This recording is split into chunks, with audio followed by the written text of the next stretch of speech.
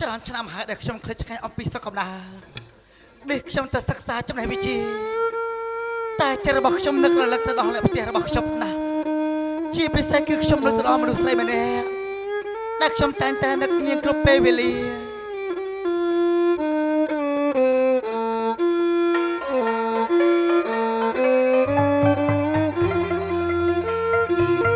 ច្រើនឆ្នាំមកគឺឆ្ងាយ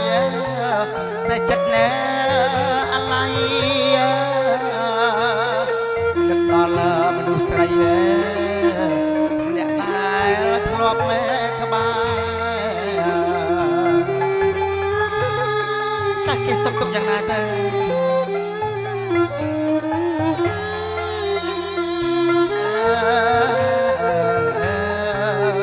តែខ្ញុំធ្លាប់ក្បែរ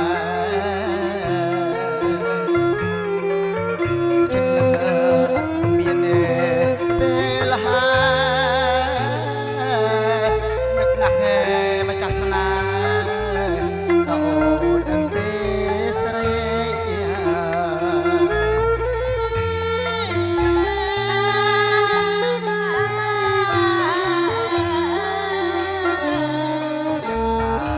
អាឡ័យដល់ស្រុកកំណើត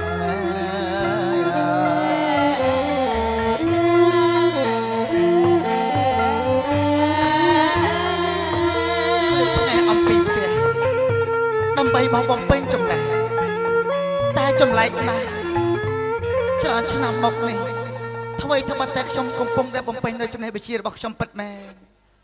តែចម្លែកអីអារម្មណ៍របស់ខ្ញុំរវើរវាយចេះតែនឹករលឹកទៅដល់ស្រីពៅអីខ្លាំងម្ល៉េះព្រោះនាងគឺជាមនុស្សស្រីម្នាក់ដែលខ្ញុំតែងតែមានការស្និទ្ធស្នាលជាមួយនាងខ្ញុំក៏មិនភ្លេចសន្យារបស់ខ្ញុំដែរខ្ញុំបានសន្យាជាមួយស្រីពៅថាពេលដែលខ្ញុំធ្វើដំណើរមកពីសិក្សាខ្ញុំនឹងទៅលេងនាងឥឡូវពេលនេះខ្ញុំបានសម្រេចការសិក្សារបស់ខ្ញុំហើយមិនមកអស់យូរទេធ្វើដំណើរចូលទៅក្នុងវិមាននឹងទៅជួបស្រីពៅផង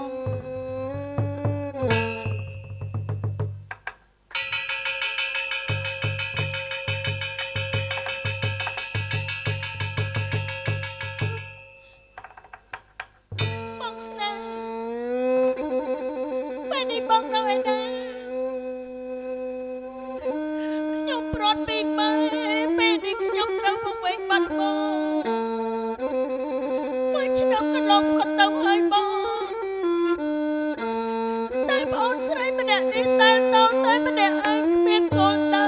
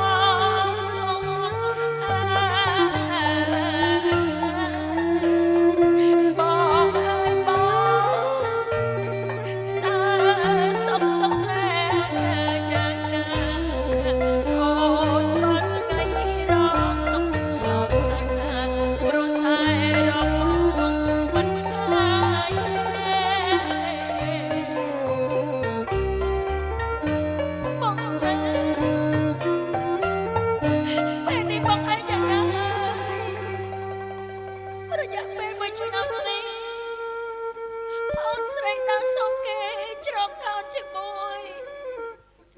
ពេលនេះអូនដាច់ចិត្តដើរស្វែងរកបងឲ្យឃើញ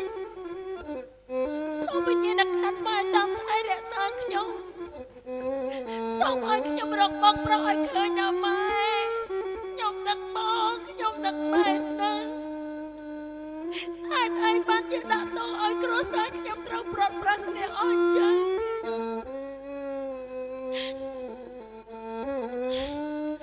ខ្ញុំងឹតមុខណាស់ជួយខ្ញុំផង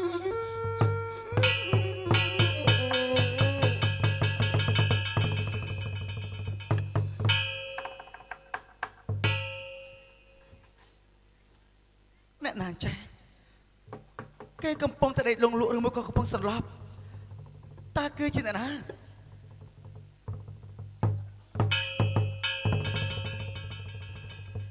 ពុទ្ធោ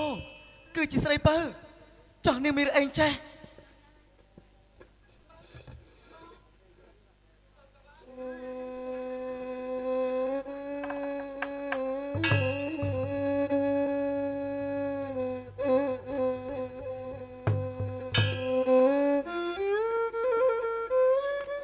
នេះពៅអត់មានរឿងអីបានជាមកដួលស្លាប់នៅកណ្ដាលផ្លូវបែបនេះ ខ្ញុំអស់កម្លាំង អូនអស់កម្លាំង ខ្ញុំងឹតមកដួលនេះខ្ញុំអរគុណបងហើយដែលបានមកជួយខ្ញុំនោះ នេះអូនទៅណាហេតុអីបានជាមកអស់កម្លាំងដួលស្លាប់នៅកណ្ដាលព្រៃបែបនេះ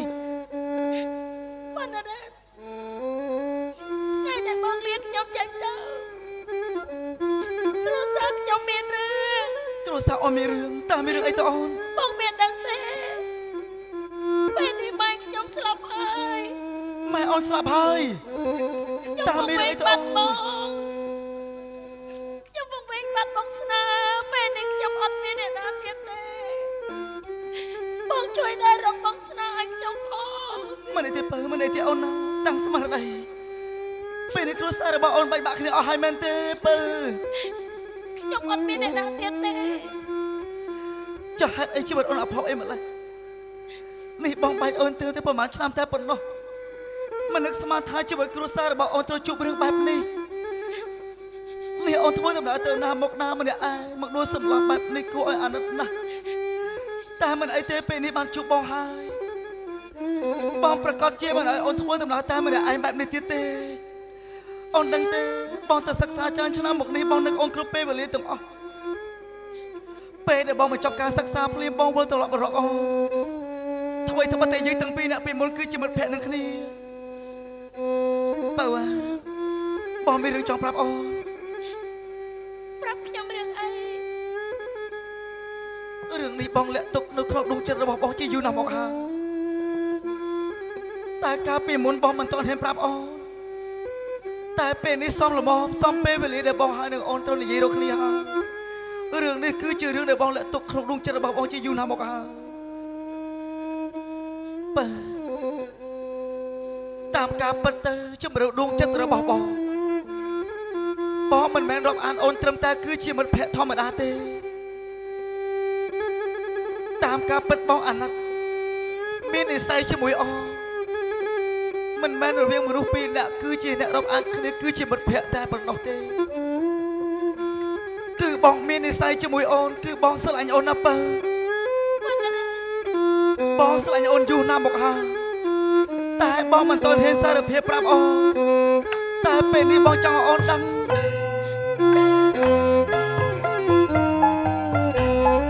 ទំហំសេចក្តីស្នេហាអូនណាជ្រាបពេញបេះដូងនៃបងអើយ បងចង់ខ្ញុំមិនដូចពីបងទេខ្ញុំអត់មានគ្រួសារទេ លាក់ទុកក្នុងក្រអៅបេះដូងអូនអើយជាច្រើនឆ្នាំមកហើយបងស្រឡាញ់អូនព្រោះតែក្តីស្នេហាអូនណាបង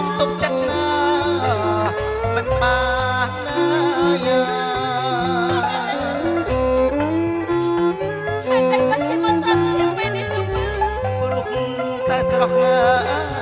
ក៏លៀតណាមើអើយបងនឹងអូនគ្រប់ពេលវេលាបងនឹងអូនបងចង់ឆ្លើយប្រាប់ស្រីអូនអើយអើយអូនដឹងចិត្តទេបង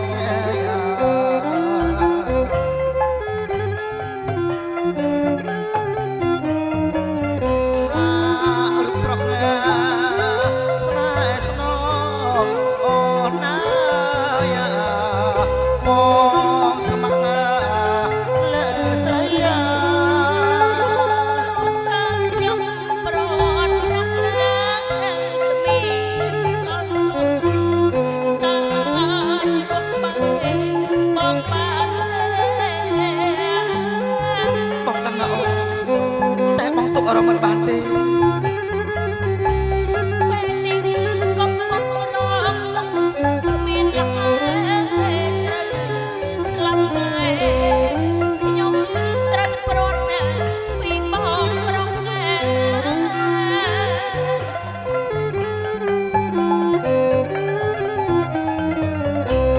ពេលនេះខ្ញុំកំពុងរងទុក្ខ តានឹងរស់ក្បែរបានខ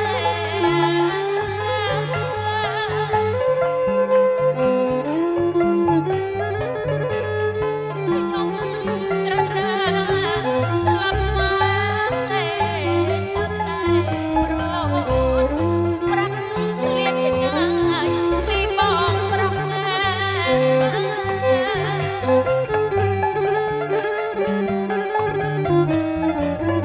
តែបងចង់ជួយសង្គ្រោះអូនណាអើយអូនផុតណាក្តីទុក្ខ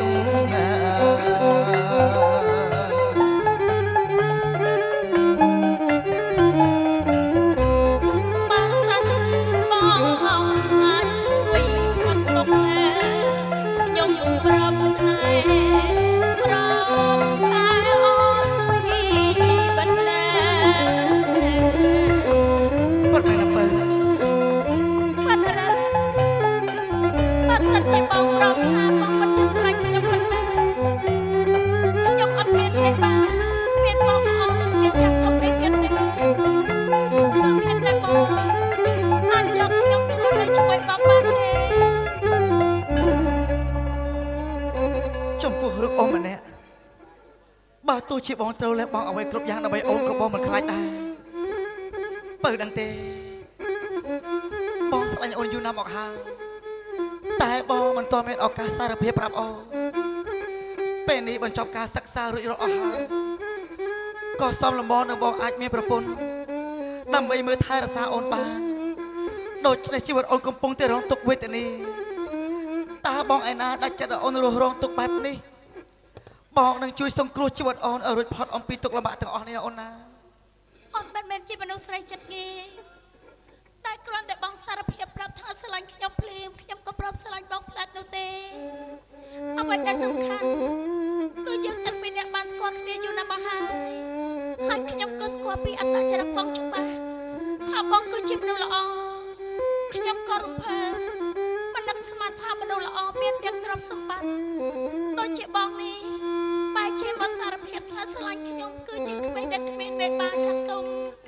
គ្រួសារក្រក្រៃដូចខ្ញុំនេះទេ បើពាក្យចាស់លពោថាសេចក្តីស្នេហាមិនបានបែងចែកអំពីវណ្ណៈមានហើយនឹងក្រនោះទេអ្វីសំខាន់បំផុតឲ្យតែយើងចេះស្រឡាញ់និងចេះឲ្យតម្លៃគ្នាចេះមើលថែរក្សាគ្នាគឺជាសេចក្តីស្នេហាមួយដ៏កក់ក្ដៅជាទីបំផុតអ្វីគ្រប់យ៉ាងអាចទ្រព្យសម្បត្តិទិញបានតែចំពោះសេចក្តីស្នេហាមួយនេះទ្រព្យសម្បត្តិទិញមិនបាននោះទេអូនបើទោះជាឲ្យបងលះបង់អាយុជីវិតបងក៏បងមិនខ្លាចដើម្បីអូនឥឡូវពេលនេះអូនគ្មានអ្វីទៀតទេបងនឹងយកអូនទៅរស់នៅក្នុងវិរបស់បង ចា